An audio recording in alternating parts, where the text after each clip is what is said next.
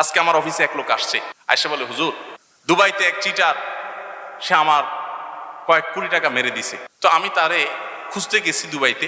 তো সে আমাকে মক্কার মিকাত থেকে ভিডিও কল দিছে, দিয়া তার এহরাম পরা ভিডিও দেখাচ্ছে সে ওমরা করতে গেছে। অর্থাৎ বুঝাইতেছে তুমি আমার দুবাই খুঁজে লাভ নাই, চান্দু আমি মক্কায়। তো আমার বলতেছে, হুজুর আমার একটু বুঝান, এই লোকটা ওমরা করতে গেছে কি দুঃখে, সে আমার মতো এরকম বহু মানুষের টাকা মেরে নিয়ে গেছে। সে দেখাইতেছে, দেখো তুমি আমার পিছনে লাগিয়ে লাভ না, আমি কিন্তু আল্লাহর ঘরে আছি। উনি জানেন উনি একজন রক্তচোষা, উনি একজন দুর্নীতিবাজ, বহু মানুষের চোখের পানি ফেলে টাকা উপার্জন করে আজকে তিনি এটা কামাই করে এই জায়গায় এসেছেন। ওনার ছেলে মেয়ে নাতিপুতিতে এগুলো বুঝবে না, সবাই তো খুব ভাবসাব জাহির করবে, আমরা হুজুররা বলবো নারায়ে তাকবীর সুবহানাল্লাহ আলহামদুলিল্লাহ, কিন্তু উনি দিন শেষে জানেন উনি একটা চোর। তো এই যে অপরাধবোধের অদৃশ্য দাহন, অপরাধবোধের অদৃশ্য জ্বালা, এটা কিন্তু খুব ডেঞ্জারাস জিনিস। সবাই আপনাকে নারায়ে তাকবীর দিচ্ছে, বাট আপনি বুঝতেছেন এই সব টাকা তো চোরের টাকা, তাহলে আপনার মনে কোনোদিন শান্তি আসতে পারে না।